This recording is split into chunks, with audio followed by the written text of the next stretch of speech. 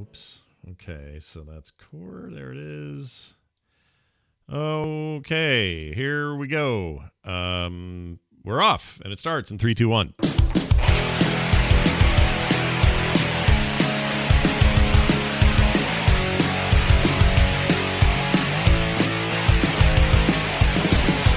Hey everybody, welcome back to Core, where we talk about video games, the industry around it, and the happenings and goings-on in our world of gaming life.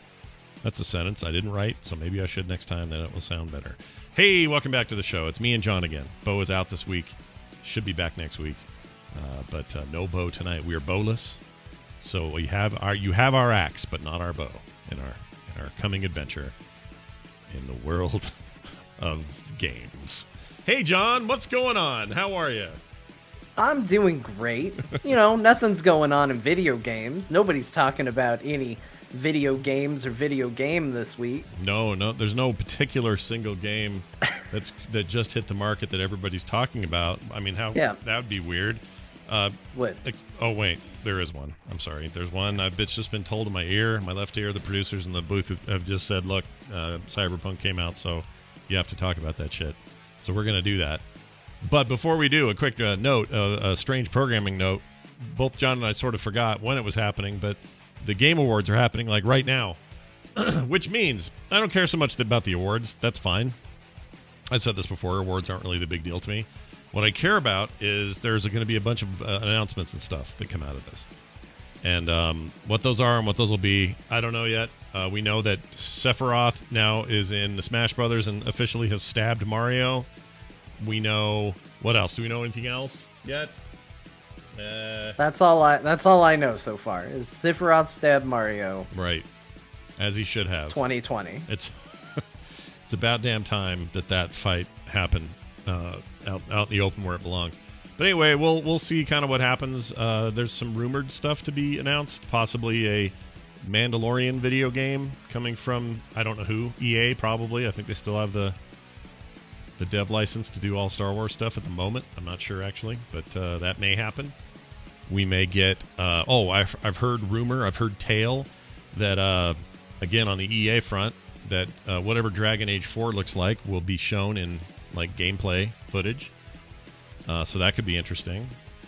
Yeah. And what I'm really hoping for is a deeper look at whatever that thing Obsidian Entertainment is making for Microsoft.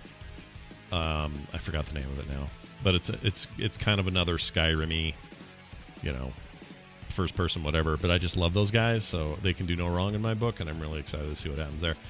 But before we get to any of that, because again, most of it hasn't happened, we're just going to wait for it to pop here on the show. We're going to dive in to the news. All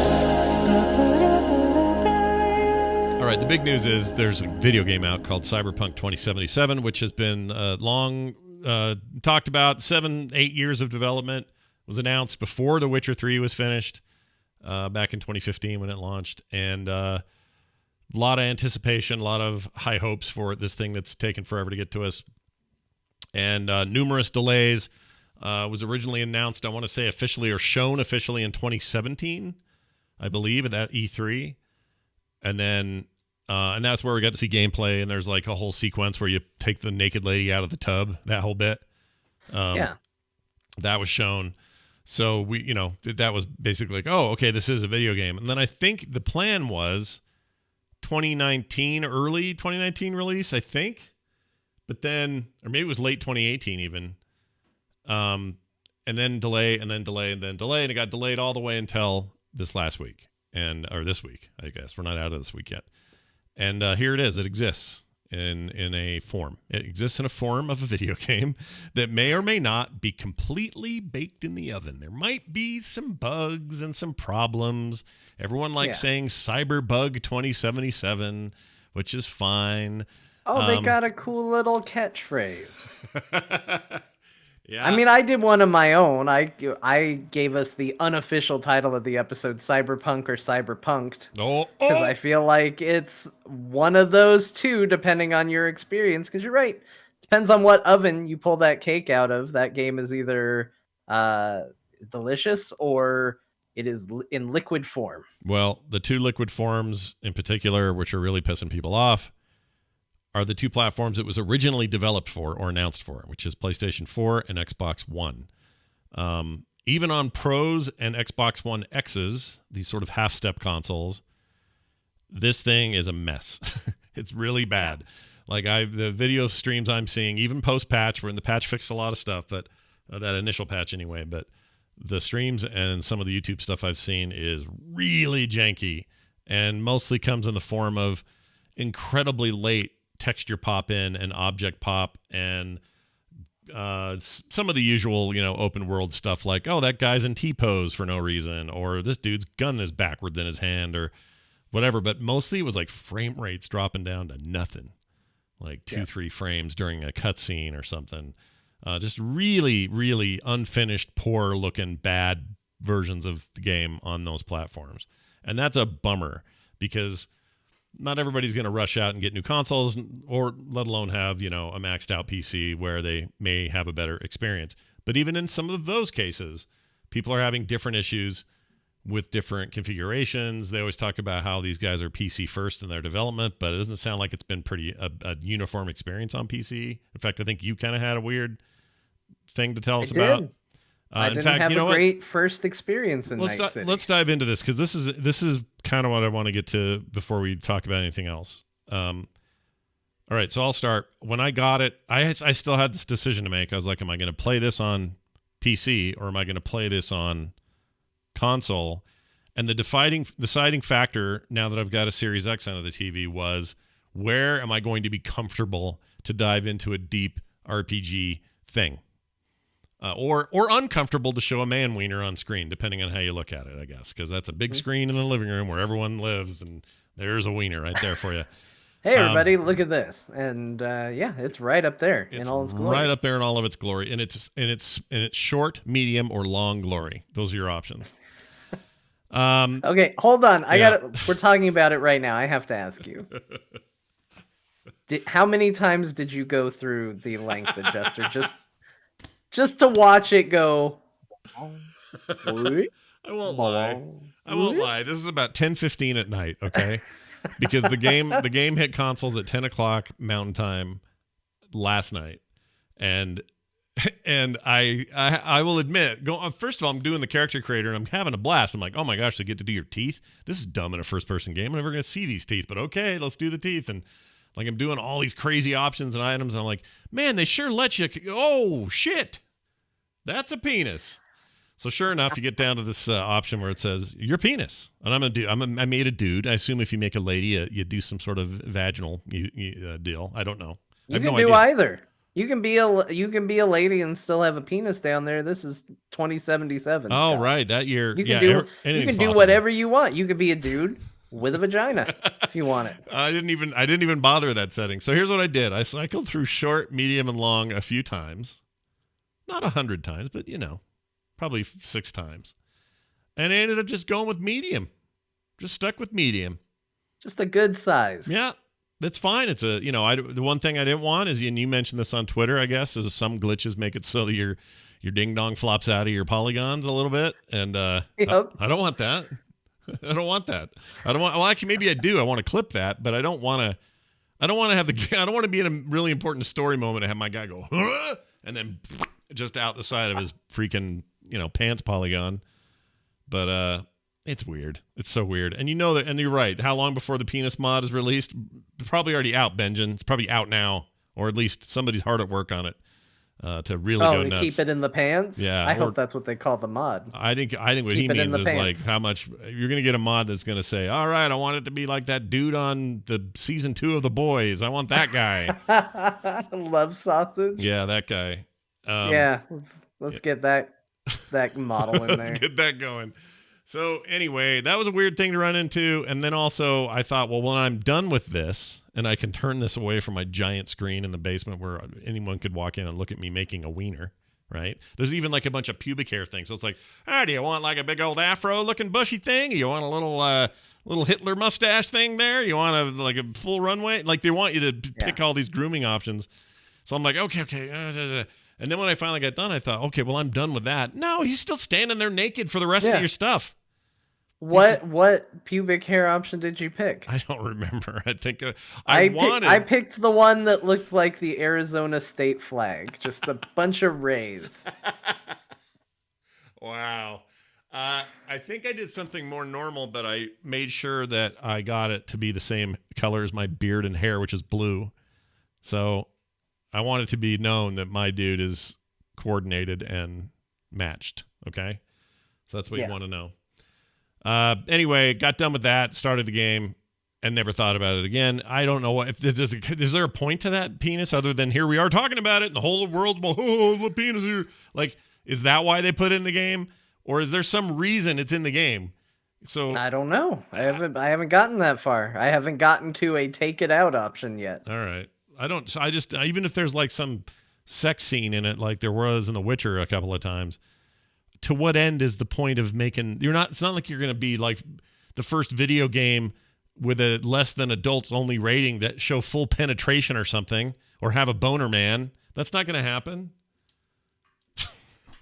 I don't know. It's there. Look, you get to feel like that is your character. That is your penis to do with what you will. So wait, you're saying as I could have been a man, but with a Virginia, I could have gone that way? Yeah. Oh, I didn't know that. Can I go back and change it? I want a Virginia. I mean, I don't know if there's a way to like change how your character looks. There should be, right? Because the idea of cyberpunk is you're modifying your body in various ways. I would think there would be a way to go in and be like, hey, I want to redo things, remake me. But I haven't gotten far enough in the game yet. 8-bit XD says the only way to do it is to start the game again. Or he more sarcastically said, "Yep, start the game again." Oh.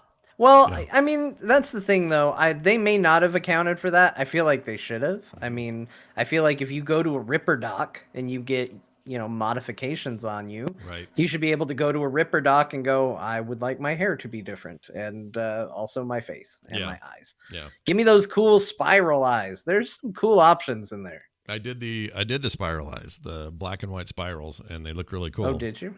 Yeah. Yeah, so cosmetic stuff is really cool. I thought of you because I know you love to spend a lot of time making character and starting over and going, it's not quite right and going back. Like, that's a John thing we're all aware of. And so I thought of you through that whole thing.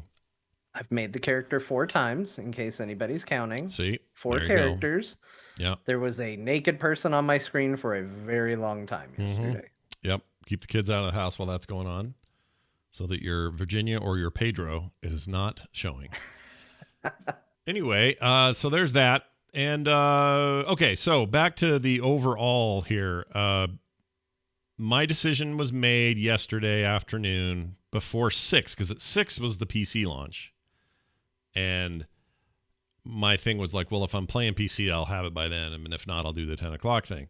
I ended up going Series X for a couple of reasons. Number one, they have said publicly, and we talked about it last week, their plan is whenever any additional enhancements come out for the newer consoles, PS5 and Xbox, they're going to, you'll just have the game with the updates. It'll be like what they did here with Destiny in the last few days, which we will talk about today. I almost forgot to talk about that.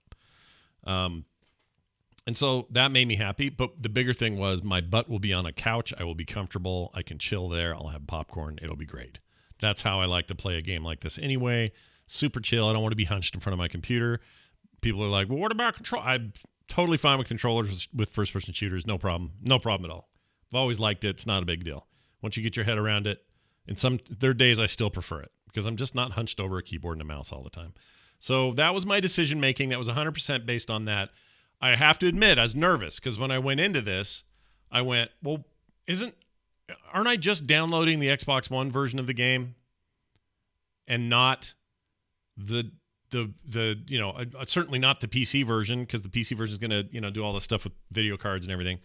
Like, am I going to get the bad experience by simply the fact that it's the same code base, backwards compatible or not? Or will the Series X like kick in some massive performance and change my experience with it for the better? And I didn't know. This was an unknown. Okay. So I decided to take the jump. I knew about the problems people were reporting, but I did it anyway. But also I heard people were reporting problems on PC as well. So I was like, well, either way, I'm either going to get lucky here or I'm not. This is like when they put Batman, what was the Batman one? Arkham Knight. Arkham Knight. When they put Arkham Knight out on PC, everybody on the planet had a problem but me and you, actually. And we couldn't figure out why we were so lucky. Like, we never had a problem with the game. But everybody else had issues at launch. And I just thought, well, maybe I'll get lucky, so I'm going to roll the dice in this direction. I got to spend $59 either way, so I'm going to do it over here. So I did that. I'm happy to report I have experienced 0 glitches, no weird jank, no crashing, no frame rate drops, no weird pop in, none of it. It's running perfectly on there for me. Load times are short. There's both a performance mode and a, every bell and whistle turned on mode. I messed around back and forth. Basically, one locks you at 30 with all the stuff turned on. Well, you've messed with it on Valhalla, right? You've messed around with that a little bit. So you've seen the difference. Yeah. It's like that difference. It's like, sure, you're getting perhaps a better texture fidelity or whatever, but you're locked at 30 frames. Whereas in performance mode, you get 60 frames plus. In my case, I have 120 hertz TV now, so I'm at whatever that maximum will allow. And it was smooth as butter, and I couldn't tell the difference between the two modes, so I just stuck with the smooth one. Because I can't tell. I really couldn't tell. I'd take screenshots of both, look at them real close. I'm like, this looks the same. So I just went with the one that was giving me 60 plus and tweaked a couple other options, and it's running great. I haven't had a single problem. Nothing. Just ran every time. No interruptions. No moments of like, oh my gosh, is they going to make me restart this, or this quest is bugged, or like all the reports I've been hearing. I didn't have any of that. So, blessed be my decision, just because I feel lucky. I feel like I feel like I dodged a bullet a little bit, at least for now, because eventually this is like The Witcher. Remember The Witcher launched with all kinds of issues, and people complained, it doesn't look like the videos you showed at E3, and other people were like, it crashes constantly, and it's this and that and the other. I mean, we're just in that phase that they did before. Not that they couldn't have done better now. Certainly they could have, and I kind of wish they would have at launch. They delayed this thing enough. But part of me now, after seeing the good experience I'm having on the Series X, I'm convinced more than ever this latest delay that they did, that pushed it to the release date we got this week, was not about a bunch of extra work that had to be done because supposedly, Goldmaster had shipped. I think they were waiting for an environment where 2 new powerful consoles were out in the marketplace. Not in huge numbers yet, but enough to sort of say, well, sure, it's a little slow over here, but just look at it on these. Like, I feel like there was like an effort to do that because clearly these things weren't optimized for 2013 through 2020 PS4, Xbox One age.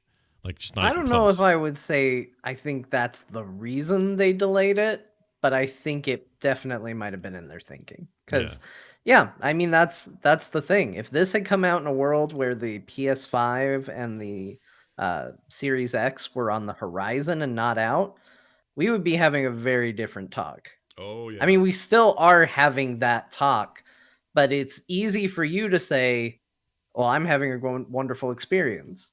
And you're technically having a wonderful experience on the Xbox One version of the game, but because you're running it on a more powerful console, you're getting this wonderful experience with it that other people who said, oh, I have an Xbox One, this is an Xbox One game, or I have a PS4, this is a PS4 game, and bought it, they are not having that experience at all. And for the record, just to kind of give my introduction with it, I did not have a great first experience with the game.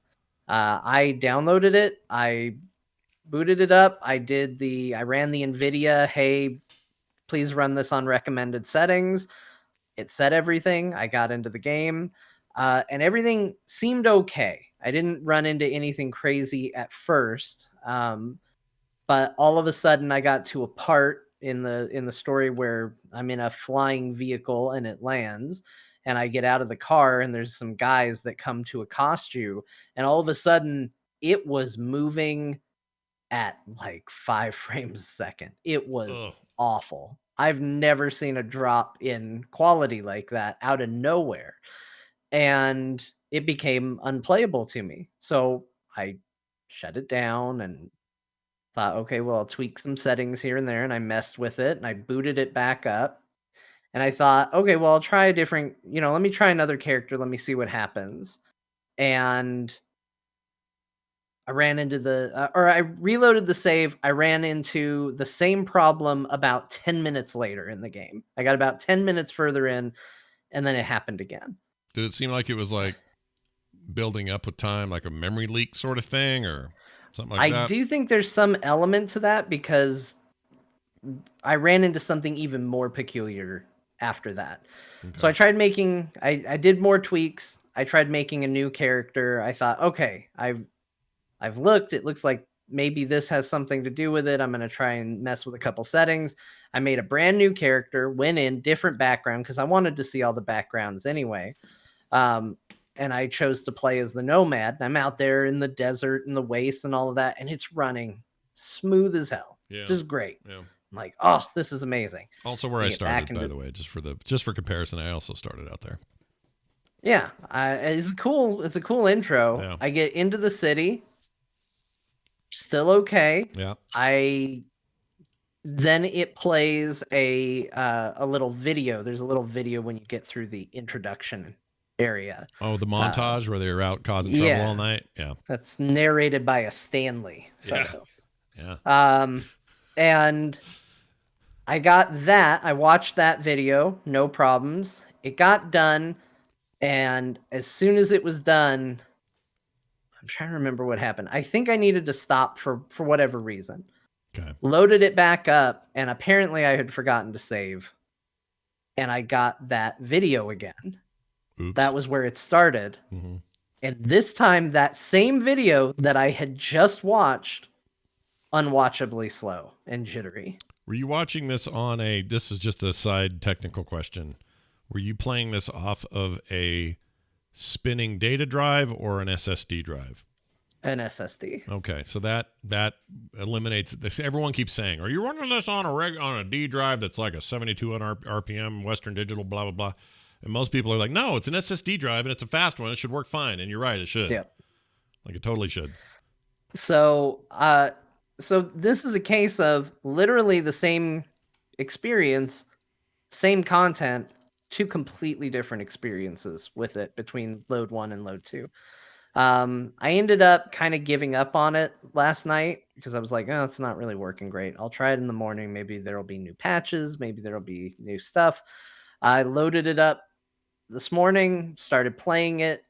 It seemed like it was going to go good. I did a Google search of just like, hey, what settings seem to be the biggest, hogs for this game?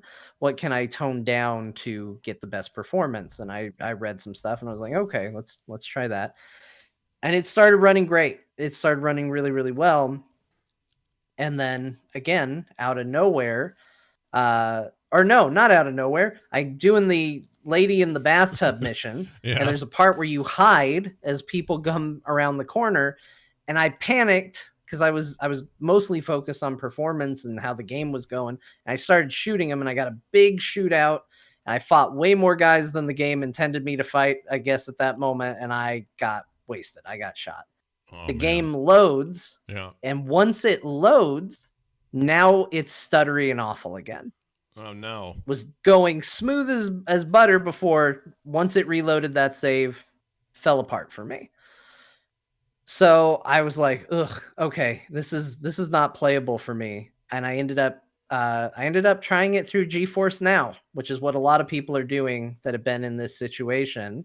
I subscribed to GeForce Now. I thought, well, this gives me a chance to try it. I know Bo had tried it, and I think you had said you tried it, right? Yeah, I really like GeForce Now. I think it's good. The only thing I like about GeForce Now is everybody bailing on it that didn't like being on there. So like Blizzard and Ubisoft or whoever, I don't know, Ubisoft or whoever were pulling their games from it.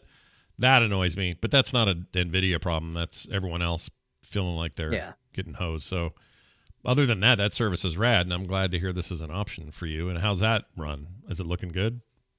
It looked great. And that ran just fine, and that's what kind of got me on the, like, okay, this game can run.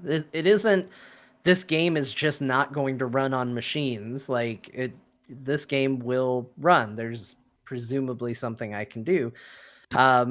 went through all my dental stuff today, that exciting story, but I came back home and I was like, look, I want to figure this out on my PC. Mm-hmm. The GeForce Now stuff worked great, but I want to see if I can get it going on my computer. And I ended up getting it to a place where it's running amazing. Oh, good. So I finally got there. It took 2 days, and it looks even better than it did on GeForce Now. I don't know if it's running at a higher resolution in theory. I don't know necessarily why it looks better running off of my computer because I technically don't have the settings as high as what the GeForce Now seemed to be suggesting, but it looked way better. Wonder what that's about. And that's interesting. Certainly felt better as well. Yeah. Well, that's good. I'm glad to hear it. So you're in all good town now on your play, on your game. Have you had any like game breaking business where like people's heads are missing and stuff like that, or any of that stuff? No, the one thing I had, the one super like, oh, so there's been a couple fun little things. One of my favorites is, with the exception of the last time I booted it up, I've seen that like montage of Night City, you and what's his name? Jackie. Jackie. Yeah, I kind of I've like seen Jackie. that montage. I think for 4 times or so, maybe 5. You can't skip it. In everything but one of them, there's a part where they're trying to order some weapons. They're trying to buy more weapons. Mm-hmm. And Jackie has this like brochure in his hand and he's shaking it and pointing at what he wants in the montage. Mm-hmm. And in almost every instance, that flyer was the last thing to load. So it was just him going and pointing at nothing. And then right before the scene cut, you would just see a flyer go and appear in his hand. And then he'd be pointing at it. So that one was a fun one. The lady in the bathtub mission, after they take off with her and you're left standing there kind of looking over the cityscape, there's some character model that I think the game decides to remove from the game world to hide it, which is something they do a lot for spawning and stuff like that. Yeah. And I can see it happens very quickly, but I just see a body go flying out of the building and off into the distance. I like that kind of open world, Jake. I sign up for that. I like that stuff. That was very funny, and also I did the street guy origin, whatever. And there's a part where the police show up. Yeah. And those police cars freaked out as they were coming in. Like one,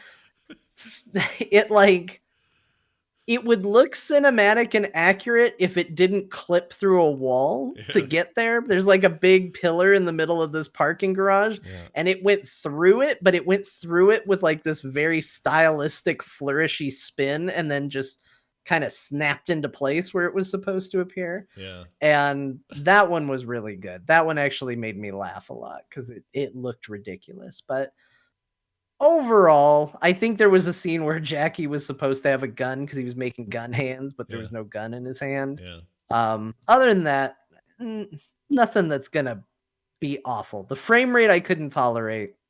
Yeah, but frame weird rates, stuff in the game, that's fine. Yeah, I don't mind weird stuff in the game where somebody's supposedly doing a thing that they're not doing right, or some idiot on the streets like acting funky, or that stuff doesn't bother me. What bothers me is, like you said, like really bad frame rate or hitching in times where there's like action going on, and it's like the worst possible thing is to have that stuff happen. So I'm glad we're both in a place where that's not happening to either of us on the platforms we chose to play this on. If they ever do get like cross save, I wouldn't mind, and maybe they already do, but cross save with PC version over console version, it'd be cool. I would consider getting the game twice just to experiment around with the two. I did this with Valhalla. I wouldn't mind doing it with this one. But we'll see. I'm in no rush to do that. But all right. I will say, because I feel like I glossed over it because I couldn't remember the name, and I looked it up while I was talking. The feature that ended up kind of saving me and getting it to work is I do have an RTX card. I know this isn't going to help everybody, but if you have an NVIDIA RTX card, you probably have a thing called DLSS. you can set it to performance, and it will modify how the game is played to try and give priority to performance, and it will run the game better. Having that turned on allowed me to have my settings pretty much at what NVIDIA's little experience program said everything should be set at. Yeah. I did disable some stuff that I don't like I don't like the film grain, I don't like motion blur. There's a couple things I just don't like in video games that I turned off, but other than that, I've been able to go off recommended settings by setting that to performance. I accidentally had set it to quality. Oh, I see. Which is probably where some of my problems came in, because I was saying, no, make it as pretty as possible. For some reason in my head, when I picked that setting, I was like, yes, quality, like running quick. So I just set it at that. Yeah. But DLSS is the big feature that seems to have saved me. So yeah, that's their that AI driven quality management thing, I guess. I forget how that thing works, but yeah, that's a pretty neat feature. My rough understanding is essentially it renders everything at a lower resolution, and then AI driven expands it to a higher so that it can display bigger, but it only has to render smaller. Probably did a terrible job of explaining that, but it's that's roughly the idea, is that it's processing less on one end and spitting it out and then using logic to upscale it. Yeah, I think that's actually a pretty decent description of how it's supposed to work. And I'm glad to hear that. I mean, I'm pretty sure it'd run pretty well if I got the PC version. I'd find the happy place you found. Actually, I'd probably call you and get your info and find out, so I don't F it up. But yeah, it's not the greatest look for them with all the delays and everything else to have this thing come out as buggy as it is. A kind of across the board with some exceptions. Like, again, if you're playing it on Series X, you're probably having a great time like me. I'm not having any issues at all. Perfectly great. But if you've got issues, give it a little time. They'll patch it. They always do. This it's like stages of grief that you go through with CD Projekt Red games. With Witcher 3, it's almost the same exact stages. It's like launches get delayed. Then when it comes out, it doesn't look as good as people thought it did in video form, and frame rates are bad, and also the PC version's got 20 bugs with different motherboards, and all this stuff happens, and then they patch and patch and patch, and eventually you get through all those stages, and then everyone looks back on Witcher 3 and goes, oh, Witcher 3, The Wild Hunt, the greatest video game of all time. You know what I mean? They'll probably do that here too, or at the very least, we're going to look back after it runs great. The Game of the Year edition, for those patient people out there, you're going to have the best time of your life. You're going to load this thing up, and it's going to work like magic, as if none of those bugs ever existed. You'll never even know about them. You'll just play the game as it was intended to be played, like if you bought The Witcher today. So strap in. You're either early adopter on their stuff or you're not. I just think a company as big as they are now, like this is the numbers aren't in yet, but it's looking like one of the biggest game launches of all time. Like, of forever. Nothing's been quite this big. Those numbers are going to be colossal. They've got money. The Witcher was a huge success for them and paid dividends for years and years and years. So I just feel like a company who's grown and gotten to a place where they are doing a big AAA multi-platform simultaneous worldwide launch might have it a little more together on the technical side, because you can't tell me there weren't people at CD Projekt Red testing the game on PlayStation 4s and Xbox Ones and not noticing that everything had gone to shit. You know what I mean? Yeah, I read articles saying like, hey, kind of notable they have not shown this version of the game running on this hardware. Like, there were people who were pointing that out prior to launch. Right. Like, it was a notable thing. It was something they were not talking about. Like, they knew. Yeah. And there's going to be a segment of people that are probably like, well, that's bad. Like, what you're describing them doing is bad and not good behavior and all of that. And sure, but I mean, that's also why you will get the classic advice that don't pre-order video games. Yeah, don't invest in something if you aren't sure. And we all got kind of caught up in this cyberpunk magic that I think and I'm as guilty of it as anybody, that I think we forgot the pedigree of CD Projekt Red. Mm-hmm. Is Witcher 3 one of the greatest games ever made? Yeah, I think so. Mm-hmm.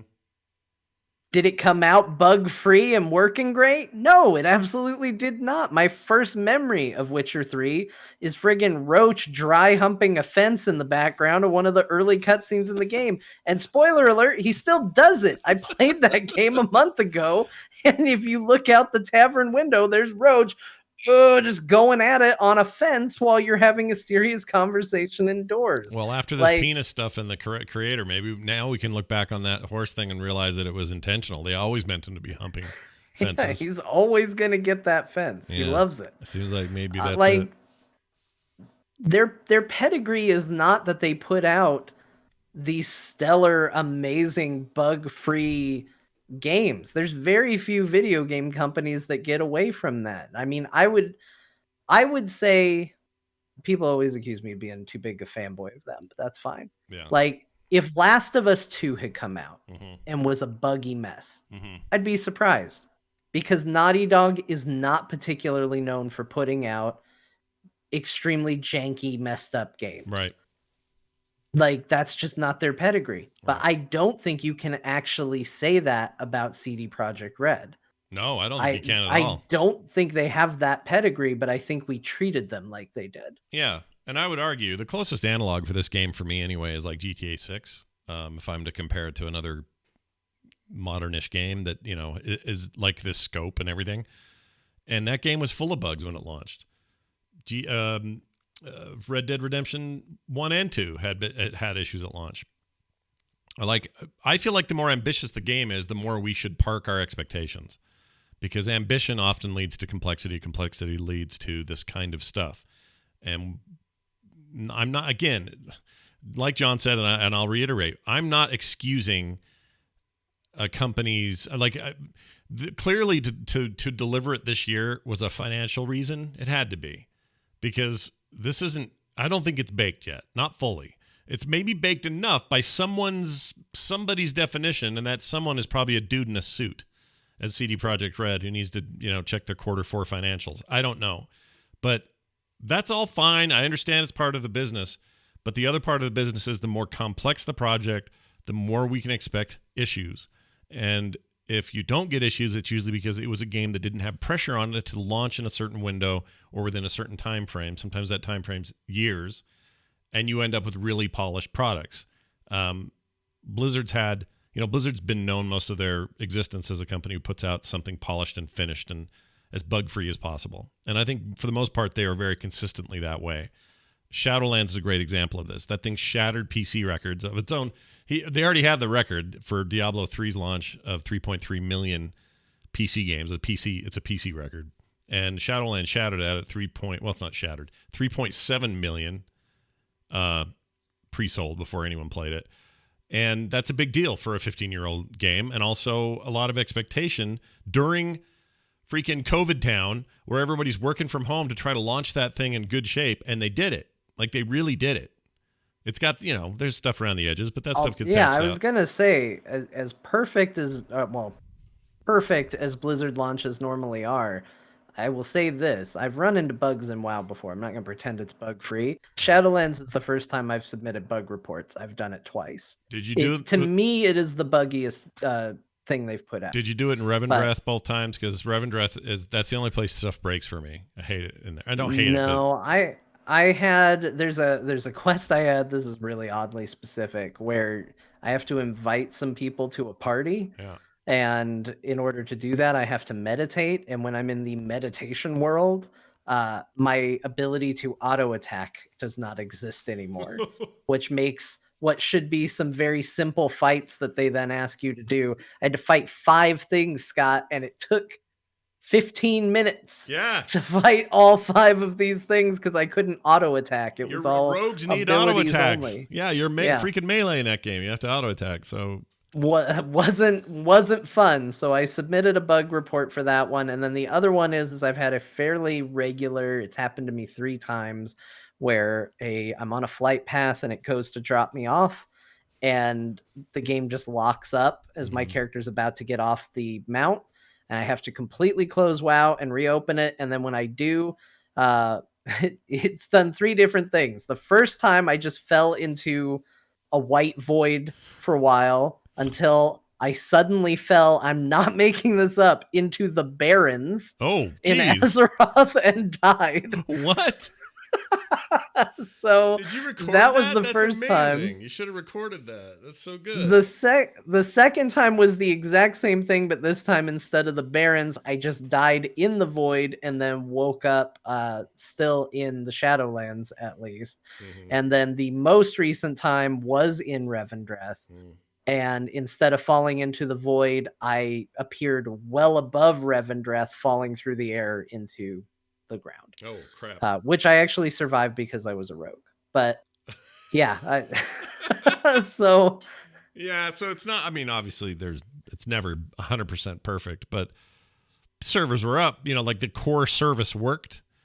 Yeah. And you could argue that Cyberpunk's core service is a little broken right now when the biggest part of your player base owns consoles that can barely run it.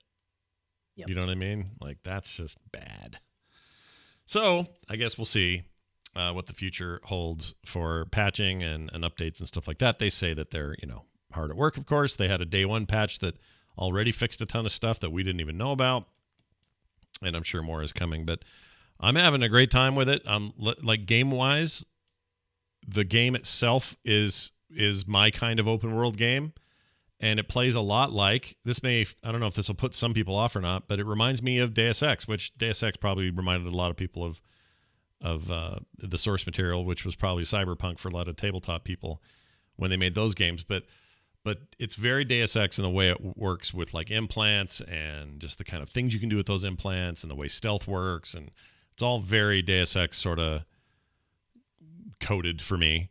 And I'm 100% cool with that because I love those games. And I was looking for another one of those kinds of games, and this is absolutely one of those kinds of games for me. If I had any complaint about the game so far, it's that it doesn't feel... It just... how do I put this? I want it to feel more Blade Runner-y. By that, I mean, like, everything's dark, a little mysterious. You're not sure why this place is here. It's like, but instead, there's just kind of a nice sunny city outside in the daytime. You know what I mean? Like, it's just sort of, yeah. It's like Vegas. It feels like Vegas. You're out in the desert as a nomad, and you're driving into town on I-15 to go to Vegas, and I'm not far enough to make a judgment because I'm only like, I don't know, 3.5 something like hours in, and I'm okay. I'll accept it for whatever it wants to be. But I guess I was hoping for more weird, you know what I mean by the Blade Runner stuff? Just like, yeah, I know what you mean. I don't know how to describe it. I think some of that is there, but I think you have to look a little more through it. Like the problem with, and this is what I've had to come to terms with too, because I mean, we were getting psyched up about this game at the same time that the new Blade Runner movie came out. Mm-hmm. And that movie is so cinematic and so beautiful. I mean, you can pause that movie at almost any point and have a desktop wallpaper, right? Ready to go. It's so good. Like, it's just that beautiful. Mm-hmm. Every shot of that movie is amazing. Mm-hmm. But also, every shot of that movie is, a crafted experience. Right. It's not a world. Like, in theory, there is daytime in the Blade Runner universe where it's not raining and not everybody has their little light up umbrellas walking around. Like, there is a daytime. There is no rain. There is presumably a sunny day in the Blade Runner universe, but we don't see it because they don't show it to you because it doesn't match the tone they're going for. Right. And if you're going to make an open world, you have to acknowledge that, like, yeah, hey, sometimes you're going to have a sunny day in California. And it's not going to be that moody, atmospheric same thing. I do think a lot of that stuff exists, but I think you have to look for it a little bit more. Like, I remember going into my apartment in that game and looking at the vending machine and just being like, oh, it looks like a drink vending machine. But if I look at all the options on here, and you can't select them, but if I look at them, I can order men, women, pornography, drugs, something called heavy, which I don't know what heavy is. Like, there's like, you can order weapons, drinks, food, men, women, drugs, and heavy, and I was like, what the hell is heavy? Yeah, I don't know what heavy is either. I still don't know what it is, but I'm very curious. So like that sort of like edgy, gritty kind of stuff is there, but it is a little bit on the periphery. And I definitely think if you start in the wasteland side, I think you're going in with a very different tone than what you would get. Like if you did a corpo starting, Yeah. I think you would feel a little more of that Blade Runner influence. Yeah, I assume so. Do I end up meeting up with Jackie anyway? Like, is Jackie part of this no matter who you do or which you pick? Yeah. Okay. Jackie plays into the prologue for all three, which that was one of the things I wanted to do. I wanted to see all three introductions just to get a feel for how different it is. And honestly, those introductions are a lot shorter than I expected them to be, based on the level of hype they built them up to be. Right. They're pretty quick, but they're all relatively the same thing. It's like, hey, here's where you're from. Here's a little bit of people you know and some stuff going on. And hey, here's Jackie. Now go out and watch this montage of fun times in the city and then get started. Yeah. It's my kind of thing. And some people have complained that, well, aren't we just playing another open world where it's, go to A from B or from A to B, grab a thing, talk to a dude, kill a guy, get the stash, bring it back. Stealth if you want, action if you want, get a better weapon, blah, blah, blah. And I'm like, well, yeah, it's a video game. All right. It's a video game. Yeah. And I would argue some of the stuff I like about it is a little bit more dynamic than I'm used to. For example, if I'm walking down the street, there's not a question mark or a exclamation point over someone's head going, hey, I have a quest. Obviously, so let's go do it. Instead, I might just be walking down the road and some street preacher will go, the world is going to die, and here's the 10 reasons why, and blah, blah, blah, and freaking out, and your implants are bad, and whatever. And then if I walk up to him, I can start talking to him. Like there's a dialogue tree that opens that is a discussion between he and I. And that kind of organic, like I'm running into somebody and now I'm doing a thing for them, is really cool, very refreshing, and not just, okay, well, I'll go to where the glowy thing is, and then go do the glowy thing, and then come back and get paid for the glowy thing I did. Instead, It's like, I don't know. It just feels organic. Like I just ran into that guy, and I can choose to do it or not do it. Like there was a boxing guy down my apartment. He's got a boxing robot, like a Rock'em Sock'em robot thing. And he's like, hey, what are you doing over there? And I'm like, I look over there. I'm like, who's even talking to me? It's like, you should see this thing in the ring. And he's all talking up his robot. So I went over there and says, hey, what are you doing there, Bill? And he's like, you look like you could use a fight. You need a little practice. And he was like asking me if I wanted to spar with his robot. And if I did well, he was going to pay me a little money to, make it an exhibition and people would watch or whatever. And I turned him down because I wanted to go get to the next story thing. But moments like that are like, oh, okay, I can kind of call what I want. I can do what I want to do when I want to do it. I like games like that. I love open world games. So this is scratching all my itches, and I'm only 3 hours in. Now, if I get down through it later and just the story doesn't land or a million other questions I may have about it, fine, we'll talk about it. But right now, given the positive experience I had with it running on the Series X, number one, and number two, it's kind of delivering what I'd hoped it would be. It's pretty much what I wanted it to be with that one tonal issue. But again, like you said, go at it from a different direction. You might find something else. And also, I'm hearing a lot of people say, you're going to find out as you go along, the way you build yourself out with these insane tech trees will make a giant difference in the kind of game you're playing. Yeah. And so I need to explore more of that and fiddle around with that more and all that. So I'm going to give it an early thumbs up from me. But I know there's some controversy right now. I don't know why I'm trying to apologize for that because it's not my game, but it's well, I mean, I think it is hard, especially if you're on the side of like, oh, I was really excited for this game and it's not running right. You sit there and you kind of go, oh, well, I'm listening to people rave about it. And, you don't want people to have a bad experience. You don't want people to not have fun. I certainly had my struggles to get to where I could play it and have it be in a good spot. But that's not everybody. So, I mean, we're not in a position to review, like you said, you've put in about 3 hours.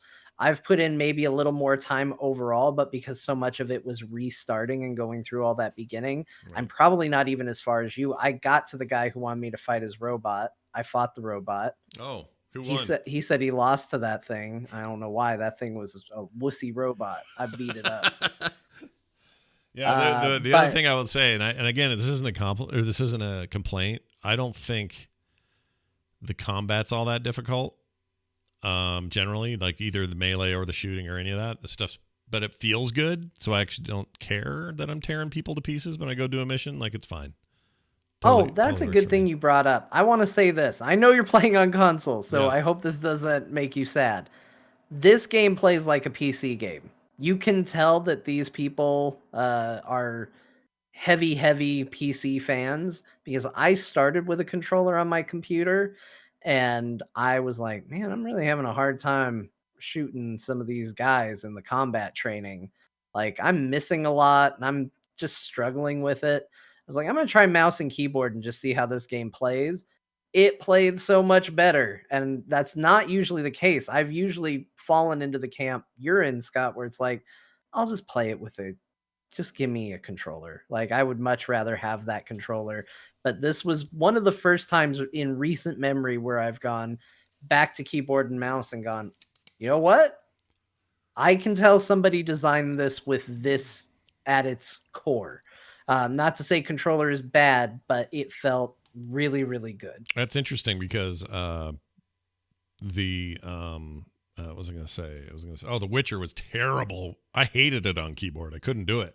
I was a controller person on Witcher as well. Yeah, I had to do it. So, but I'm not really having a hard time. I'm, hitting my shots, killing dudes, headshots. I don't know. Maybe the aim assist is more on the console by default. I don't know, but I'm not really having any trouble with that stuff. So yeah, it's working good. But I'm also glad to hear there's a good PC control scheme. It's my biggest complaint about a lot of PC games is the ones you can really feel like, well, we're on PC, and that gives you some options in terms of back-end hardware, GPU, performance, whatever, but we didn't really account for mouse and keyboard in here, and you're better off using control. Like, that kind of bums me out sometimes that they don't think too much about how they could adapt a game to take advantage of the reasons why a keyboard and mouse might be cool. But it sounds like they did, so that's good. It's a cool game. I'm going to keep at it, and I'm actually glad to hear that the main story mission, some people are finishing it in like 30, 40 hours. That's about right for me. That's what I want.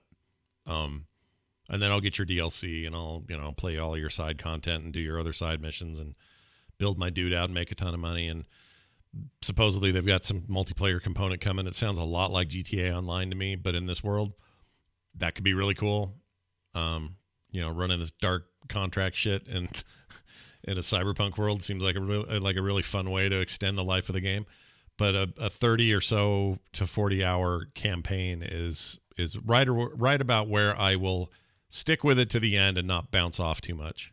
If it's 300 hours, if you're giving me Skyrim and you're 100 for the main missions and 300 for everything, there's a chance I won't finish that game for 10 years. You know what I mean? Like, yeah, I might keep coming back, but I'm not just gonna sit there and do that. From launch day until I'm done. It just isn't going to happen. But anyway, yeah, this is true. Dwight Schrute in the chat says, I heard there were many dildos around the city. Yes, there are dildos everywhere. And I don't mean like dumb guy idiots, like actual, there are a myriad of ding dong sex toys all over the shop. Is there? Because I haven't found any yet. Oh, I heard this as well. I haven't found a single one. I've found like 100 of these things. I've sold them all. They just to make you quick cash, but they're just everywhere. Every room you're in, you're like, oh, look, a dildo. Oh, a dildo in the corner of the street. They're everywhere. I don't know what they were thinking. There are too many dildos. It's just too many. Like, I understand. In any society, you might be walking down the road and go, a dildo.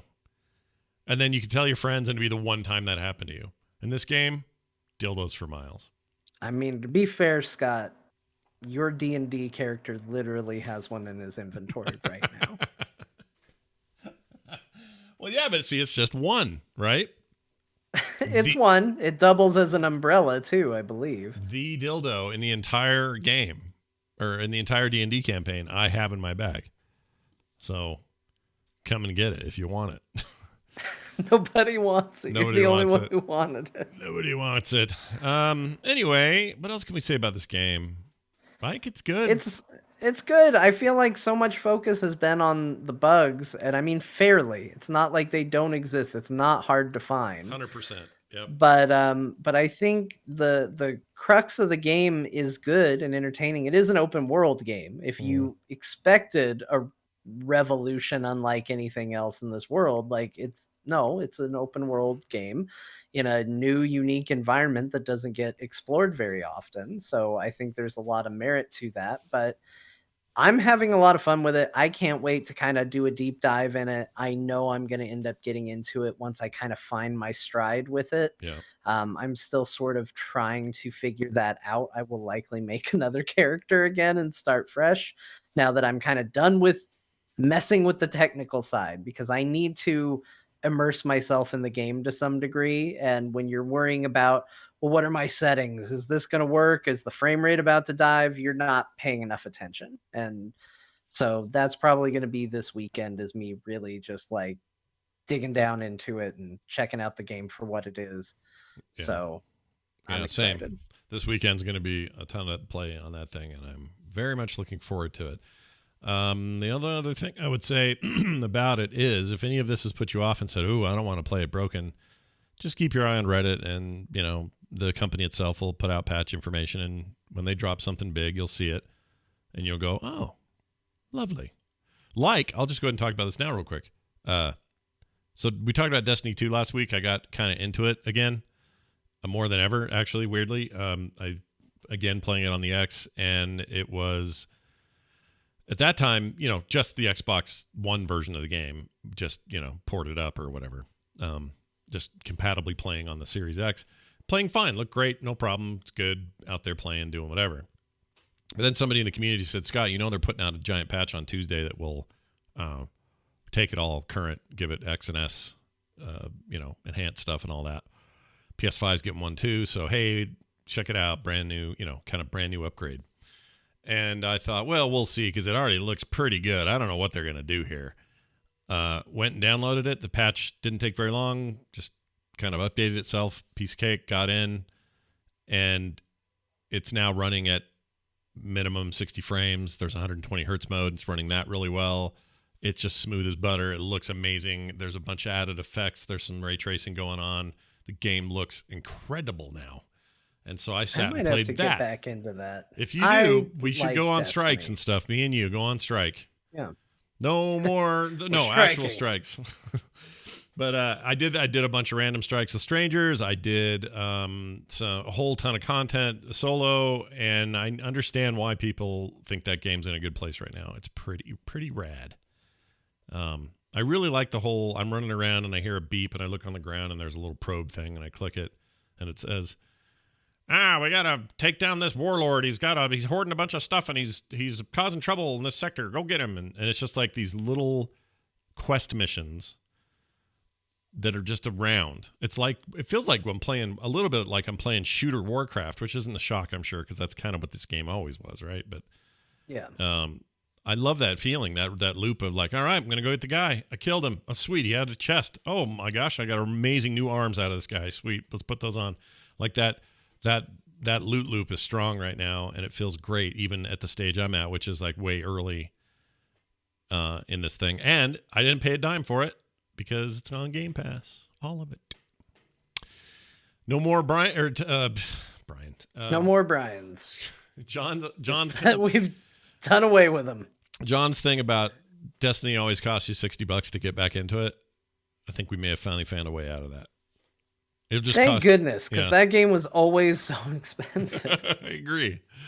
It's pretty stupid. I don't even know. Do the PC? I'm not even sure the PC people got the PC Game Pass got the newest expansion yet.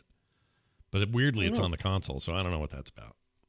Let me find out. Dig into that. Game Pass is always so easy for me to pull up. It's the one thing that I leave running for some reason. I do too. I just let it go in the background. That tells me about some hot new game, and then I got to go, am I going to play it here? Am I playing it on the couch? Which one do I want? Oh, I played a ton more Gears Tactics on the couch, like controller style. It's great. The game is great. Gears Tactics was really good.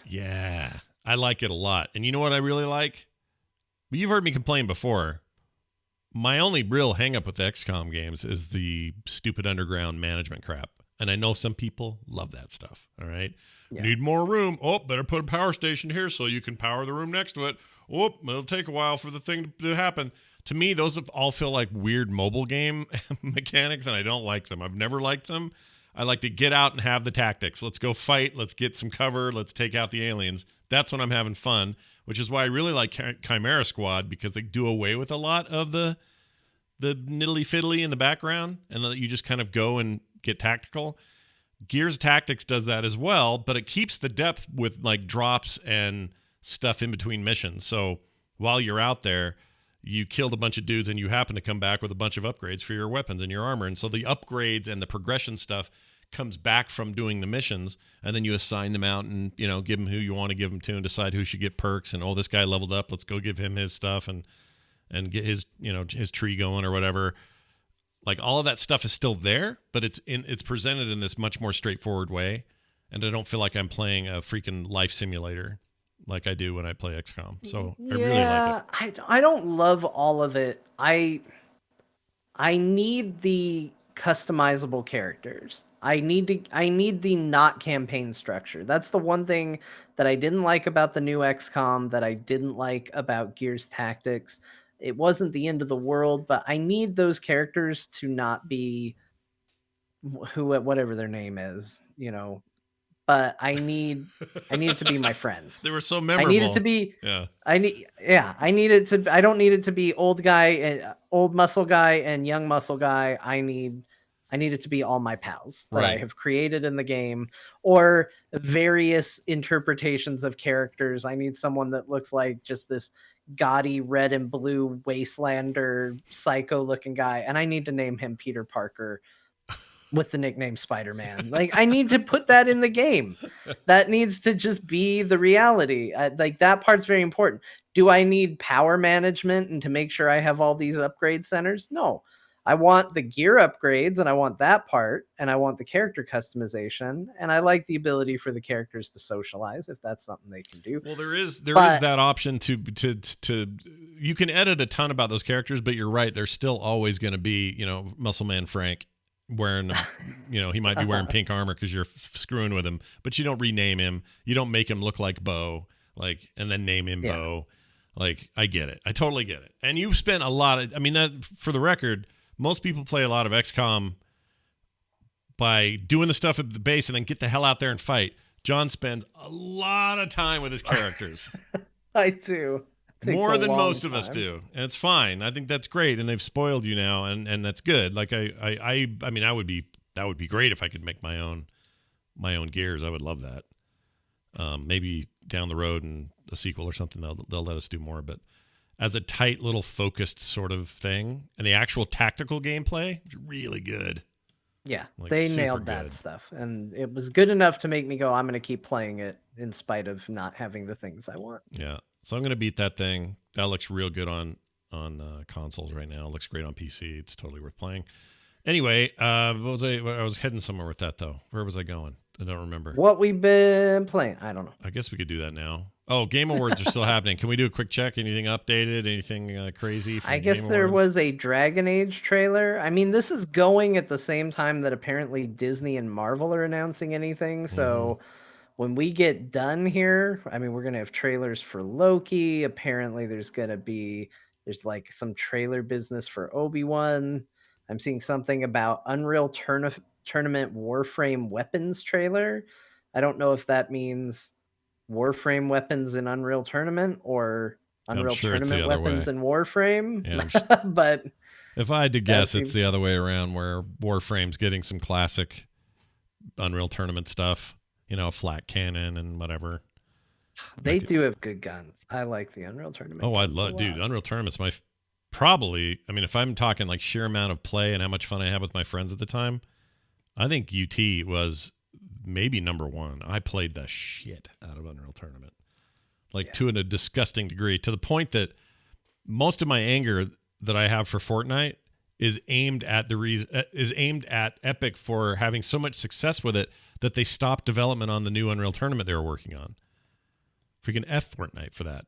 That's an irresponsible move. is what I'm saying. Well, I didn't play any Fortnite this week, so they're not going to get any love from us this week. Okay, good. The other rumor at this games thing is they might show a trailer for some Mandalorian business. I just watched the teaser for Dragon Age. That looked like some in-game stuff. And who's the bald mage or bald elf guy in the last one? Varric, I think. Varric? Is his name? Is that his name? Maybe not Varric. Solus, that's his name. Oh no, here it is, Varric. No, Varric was the dwarf. Well, it says narrated. Oh, okay. Well, you know what? Let's hear the narration because apparently he talks. Whoever Varric is. Let's see. I've faced tyrants and would-be gods.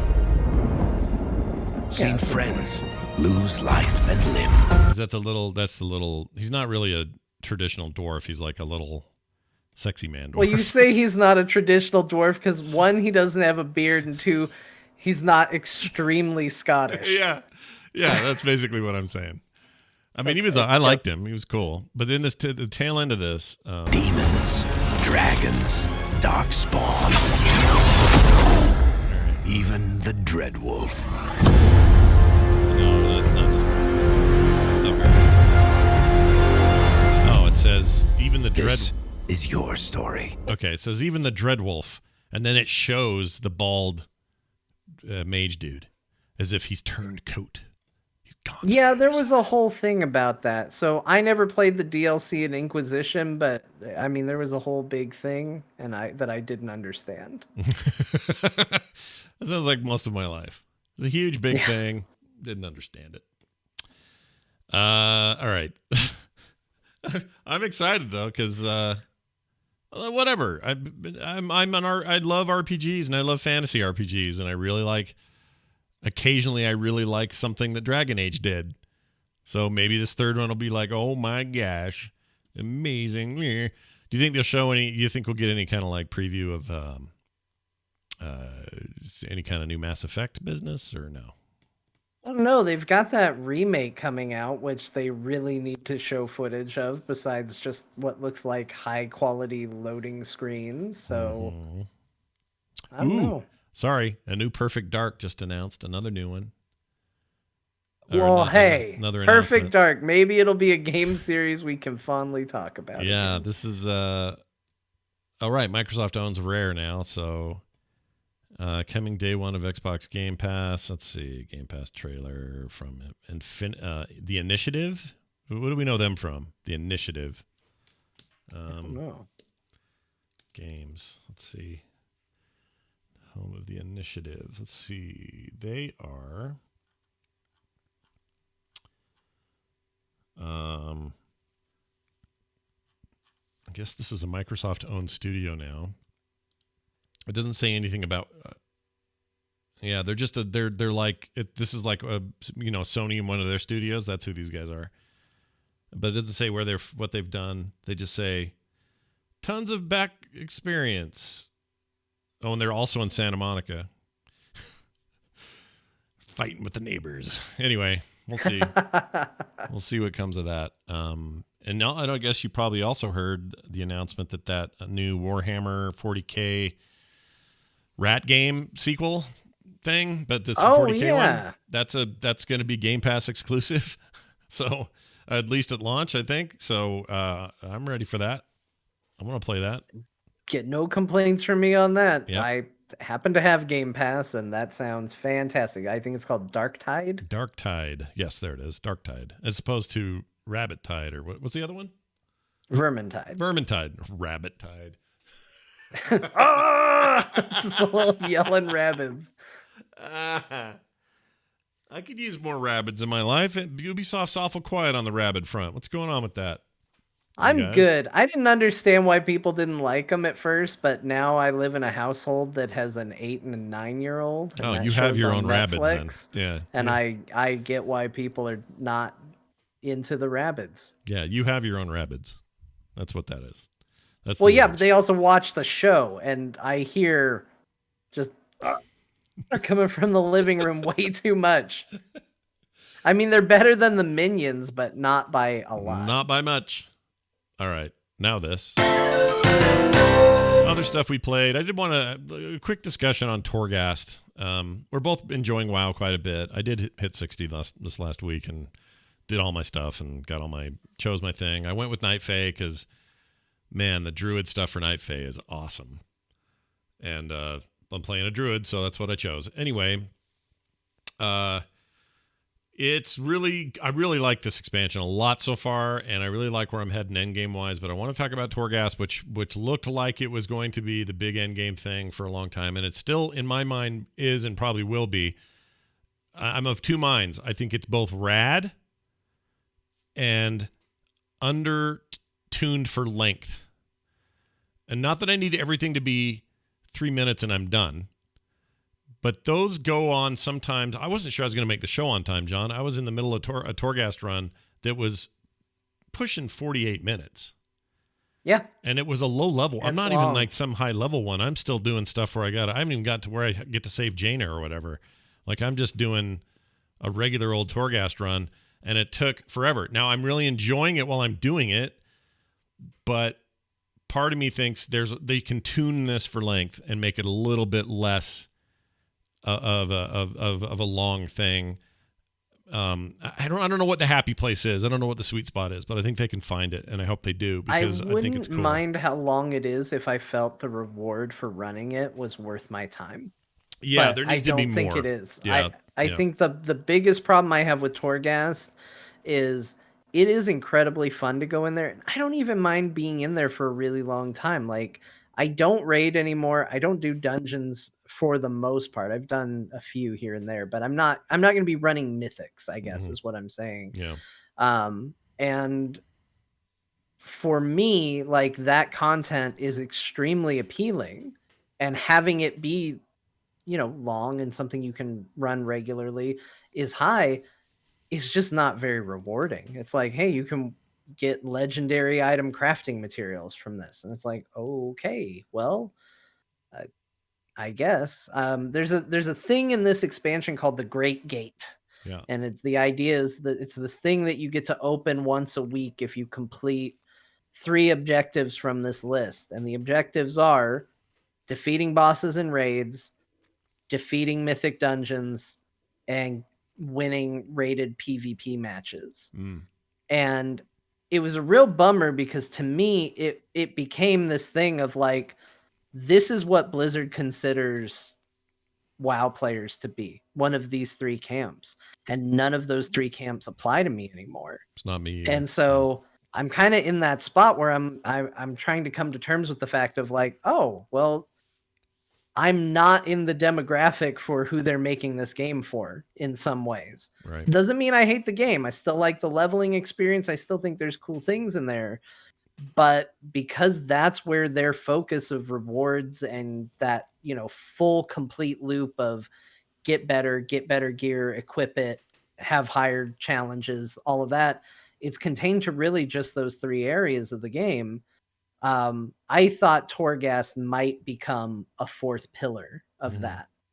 And it isn't. It's just another aspect of the game. And I think that's a little unfortunate because I actually think that content is extremely good. Yeah, I agree. It's really, I really like running it. I mean, there's the randomness, the abilities that you can pop and choose between. Like it's scratching all those itches that I have for games that do that anyway.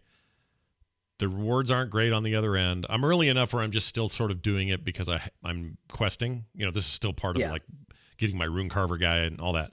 So there's a lot of that going on, but better rewards, more frequent rewards, and maybe stuff that's kind of random in there would be cool. Like, just give me a few points higher chess piece, or like once in a while, like just the chance of other stuff dropping would be cool in there. Yeah, it seems crazy that I can get that for spending 3 minutes being selective about what daily quests I do. But can't get it for a 45-minute time investment in Torghast. Yeah, yeah, exactly. If I had my way, I would supplant daily quests with a Torghast run with just as many chances for whatever that day's daily quest might have given me. Do you know what I mean? Like, Yeah. I'd rather that be my one giant daily than me running all over the world doing, 3 here, 4 there, or whatever, trying to get the caches and hope I get lucky. Like, those are fine, and it's one way to do it, but I really like that progression of the tower itself.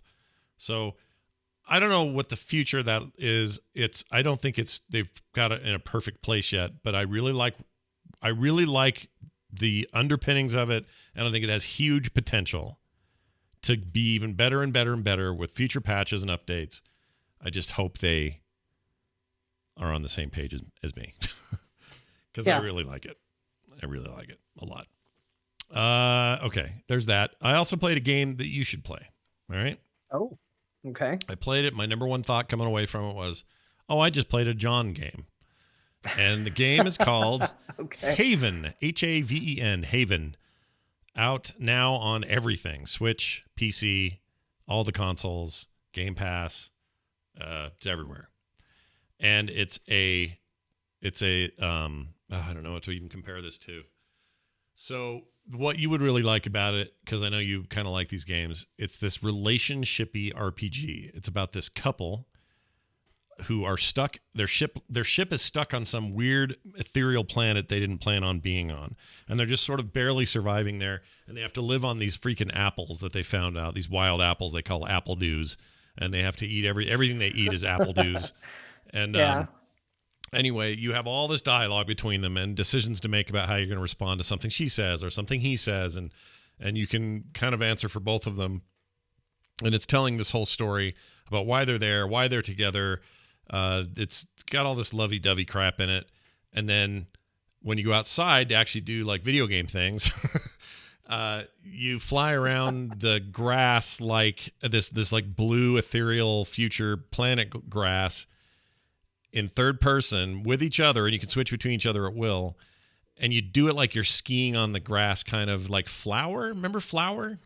Remember that game? Mm-hmm. All right. So it's like that combined with like a little bit of like a Breath of the Wild aesthetic, a little bit of a, for some reason, Nights into Dreams I kept thinking of. It's like that old Sega game with the Nights guy, you know the one I'm talking about? For some reason, it evokes that for me.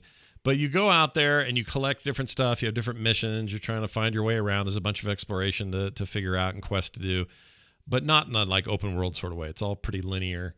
And it's really pretty and it runs really well, although it is the first game that has crashed on me since I got that new console. So I don't know what happened there, but it's no big deal. Just reran it and it knew where I was saved right before it. So it was no big deal, but still first game to crash on me on a new console. But anyway, it just screams you need to probably try this. It's, it's on Game Pass. So you have no reason not to try it. And just Should see I if play it on my Xbox or my PC? Both. You can play it on either one, and you can play it on, like I said, it's on Switch, it's on PlayStation, it's on everything. So it's like everywhere. And I just think I came away going, I bet John would really like this like relationship management sim I'm playing right now, because it's just got enough sci-fi and other stuff to keep me interested, but all of that interplay stuff is like totally, it reminds me of you. So I think you'd like it. You and Bo probably actually would like it. I'm in. I'll check this out. And it's not like cool. full I actually waifu. saw it the other day and I was like, this looks intriguing. Yeah. So I will check that out. And the intro is very anime, but I would say the story itself is not very anime. The voice acting is actually pretty good. I guess I'm saying I'm throwing shade on anime. But there's good shots fired right over there. It's got good VO. Some of the humor's okay. Like, it's not perfect. It's still a video game, but there's enough there, I think, that it would drag you in. And you've got inventory and, stuff to equip and abilities. And you got to manage this weird resource you have to go out and get sometimes and keep your ship powered and stuff like that. Anyway, it's called Haven and worth checking out, especially if you have Game Pass. Just go try it out. All right. I think that's it for games. Yeah, we talked about everything I played. I played Cyberpunk and World of Warcraft. That's been my week. I did do a Valhalla mission that took me to Asgard. Have you done that? Have you been there? No. Did you see that dive I put on Twitter? The high dive? It's probably the best dive because you dive from an eagle point or whatever, little save point, and you dive into the hay or the lake or whatever. There's a mission where you take some drugs from the weird witch lady that you left in your old town. She moves out to your place in this quest, and then once you get her set up, she makes this elixir with all sorts of weird shit in it, including she spit in it, which I was like, dude, in real life I would not drink your damn thing, but. No, anyway, that's the way she finished it. She's like, and I'm like, okay, next. See the gods. She was right. I drank it, and I was transported into the body. Although I was still me, but I was like taking the place of one of the god brothers, not Loki, not Thor, someone else. But Loki and Thor are there. Freya's there. Like big names in the old pantheon of mythology on the north side are all there. I didn't see Grandpa Odin or anything. He's not around.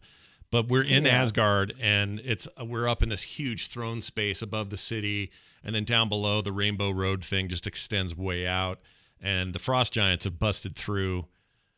Again, this is all very non-Marvel kind versions of all of this, so you may have in your head what that looks like. They handle it very straight, like the way the Norse mythology tells it, not the way Marvel likes to retell it.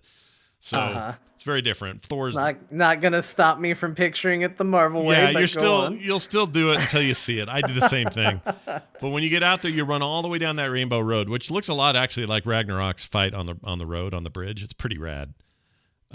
Anyway, you go out there, you do this fight, you have to push this dude away, and it seems like there's guys that are like power level 90 out there, and you're like, how am I going to win this? But somehow I did. And it was cool. It was the coolest thing. Anyway, what got me was the game's famous for these dive off of stuff into water or hay or whatever. The game just known for it. I get to this point and dive, and it's easily the highest dive I've ever done in an Assassin's Creed game, ever. Yeah. And this game has some really cool like camera shake mechanic stuff. Like when you're zooming around people, it just feels like someone's actually filming it. And it gets more intense the higher you've jumped as you get closer to the water. It is so freaking cool. I was really impressed with that. So that zone's awesome. And I did play a little bit of that the other night before bed. I got too many games right now, and so I keep dipping into stuff. There's a lot of them. Yeah. It's hard to stay on top of. It is. But for now, it'll be Cyberpunk and WoW pretty solid for most of the holidays, I think, if I had to guess. Okay, let's do an email. Oh, here's this. That's a good question. This is from Physics Falcon. Wrote in, says, "Hey Scott, huge fan of Core. It is currently my favorite podcast." What? Nice. That's pretty good. I'm going through a backlog of episodes, and I kind of wanted to chime in on a topic of movie adaptations of video games. I thought it might be a semi-relative topic, relative topic to talk about again, because the Uncharted movie is set to release in 6 months, and that Monster Hunter movie is coming out. I'm more excited about we got the confirmation that Oscar Isaac is going to play Solid Snake. Oh, yeah, right. I forgot about this. That's cool. Which snake, though? That's cool. Which snake? Like Solid Snake. Okay. The patch or no patch? No patch. No patch. Okay. Patch was Big Boss. Oh, right. I always think of 4 as Big Boss. 3. No? 3? Yeah, no, well, 3. He did. I guess he did kind of have a patch in 4. Right. When he was Old Snake. Yeah, Old Snake smoking in the load screens. Remember that? Yeah. That was the thing. That was so dumb. When those games are so dumb, but they're so good. Good and dumb. Okay, I miss them. I still sometimes want to crack open that 5th one and just play it, but I haven't done it. Anyway, the point is, what is the point? The point is, he says, "Oh yeah, that movie could be good and could be terrible. We'll have to see." In the episode, everyone kind of agreed they don't make video games into movies because it generally doesn't work, and the movie turns out to be really bad. And there's the question of whether you should even do it. When would you think about the movie set or what would you think? I think is what he meant. About a movie set in the same universe as some of these video games, like Mass Effect or something of that nature, but a completely new and original storyline. So that way no one can be like, "Oh, that's not Commander Shepard," and then be salty about the movie. I, for one, would love to see a Krogan or Drell or Asari come to life in the big screen, but I know it's a dangerous line to walk. If they then try to recreate the video game storyline, or if they do that. This email's written weird. Let me know what you think about it, and if John and Bo have any new thoughts at this point as well. All right, Physics Falcon. It's an interesting point. I mean, I like it. Mass Effect to make a great universe, but I'd rather have like a really well made like the Expanse level of budget TV series set in Mass Effect. That'd be great. Yeah.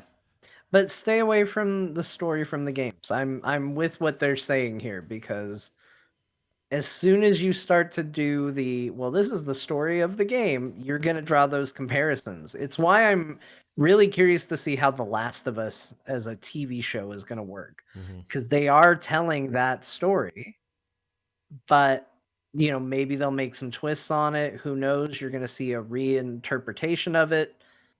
I'm really curious to see how that does, because you can't help but draw comparisons to the thing that you've played. Yep. But I think the Mass Effect universe is definitely big enough to tell stories in that world without having to be the Commander Shepard story. The question is, is that going to get eyeballs on it? Or, right. Are people going to go, I don't know what this is? And then people who are fans of the games go, what? They're not telling about Shepard? I don't care. It's hard to say. The comparison I would make, and I think this is in its favor, is The Witcher. The Witcher had that problem of, what is this on one side, and this is nothing like the games on the other side. And it seemed like a no-win, but it was very popular. It did really well for them. So it was just good enough that it was, it was a successful show for Netflix, and they've got more seasons coming as a result. I think you could probably pull off Mass Effect, especially because I think as long as they include a very poppy, catchy song of "Toss a Coin to Your Spectre." There you go. And it catches the world off guard, they will do just fine. Yeah, I'm all for that. They are making a Resident Evil reboot. Like, they're rebooting that whole thing. And talk is that'll be more like the original story, which in that case might be better than the stuff they did.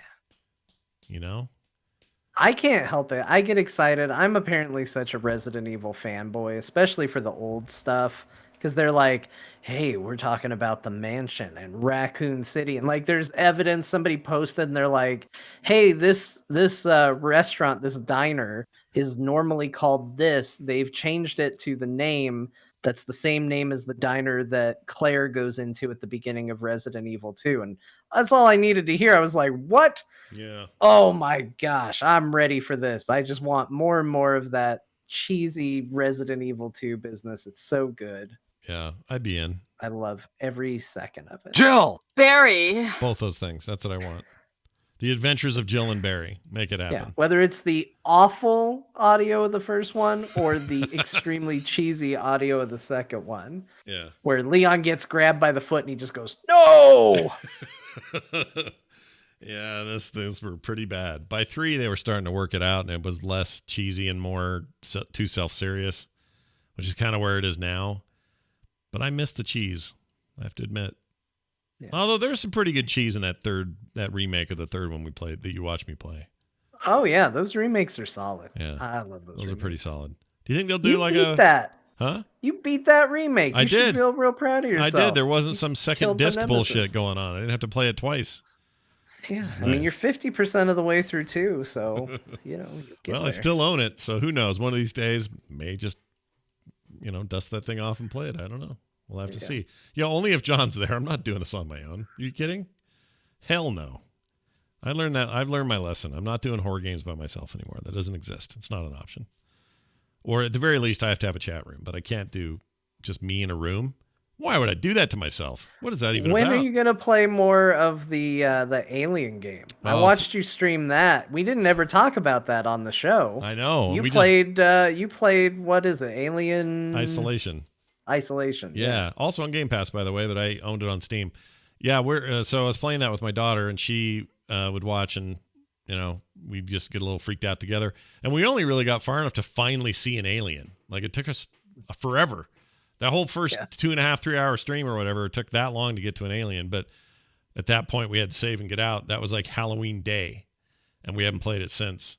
And I think I'm just nervous to do it, but we'll do it. It's not off the table. I'll do it. It's happening. More aliens. Watch for it. That 2013 game just gets better and better, however old it is. 2011 or something? It's old. Actually, how old is that game? Alien Isolation. This surprised me because the PC version of that game is gorgeous. Like, really pretty. It looks really good. It looks straight out of the movie. They did an amazing job with it. Here it is, 2014. Okay. Not as old as I thought. I was thinking 2011 for some reason. It's really, really a good-looking game, and therefore scary because it's so good-looking. That's part of why it freaked us out. But I'll play more of that. Don't you worry your little heads. And then when 8 or whatever they're calling it, Village comes out, that'll probably happen. I guess. I don't know. Maybe by then Microsoft will. Their rumor is they're eyeing Capcom. That could be interesting. They're gonna buy everybody, dude. Yeah. Who's the other one? Capcom and Konami. There was talk of whatever's left of Konami going up for sale, and Microsoft. Oh, and there's the Resident Evil 4 remake rumors, which are still mostly rumors, but there's been more to confirm it. I'm really curious to see what that is. Right. You know, how true do you stay to that? Because that game has kind of, I mean, that's the game that has informed all of this. Yeah, including these remakes, right? Like these recent remakes are in that vein. So it's at some point, what's your point of diminishing returns? They all kind of have that behind the shoulder thing until they go full first person in the 7th one. 4 established that when you get to 4 for remake time, is it truly a remake, or are they just going to do, beautify it up? Because it's really not that different than what it is now. I don't know. Well, they have a chance to really, I mean, they kind of told their own story in 2 remake and 3 remake. Like, I'm curious, do they try and tie it in? Do they try and connect it a little better? Yeah. Like, I'm really curious to see where they go with that. Same. I think they're doing cool things with Resident Evil, which is nice, because before all they were doing was driving it into the ground. Yeah, it's always nice when something's being done well with the franchise you love. So we'll watch and see on that front. Excuse me. That's it. Physics Falcon, you're our last email. Thanks for sending that in. He sent his email to talktothecore@gmail.com, and so should you, because we'll read it right here on the show and discuss your thoughts and feelings about everything we talk about or something we missed. We don't care. Criticize us, whatever. We'll take any emails you got. So send those in. talktothecore@gmail.com. Don't forget, we are supported by you every month at patreon.com/core show. And if you go do that, it's awesome, because it's how we keep the show going. Literally, it's how we do it. So if you're like, hey, what rewards do I get? Go look.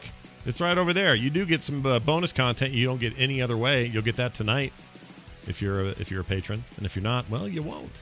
You just don't get it at all.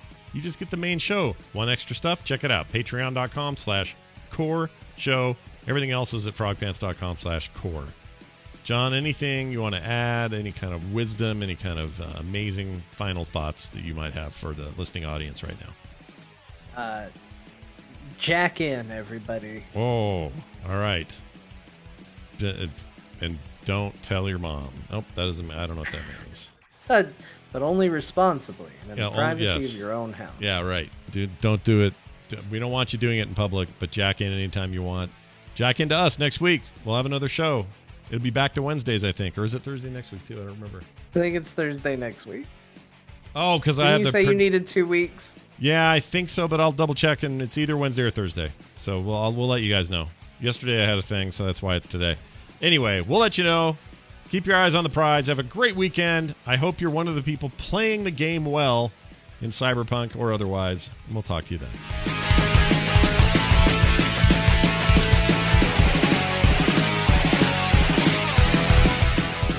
This show is part of the Frog Pants Network. Frog Pants Network. Get more shows like this at frogpants.com. I haven't played that in a while.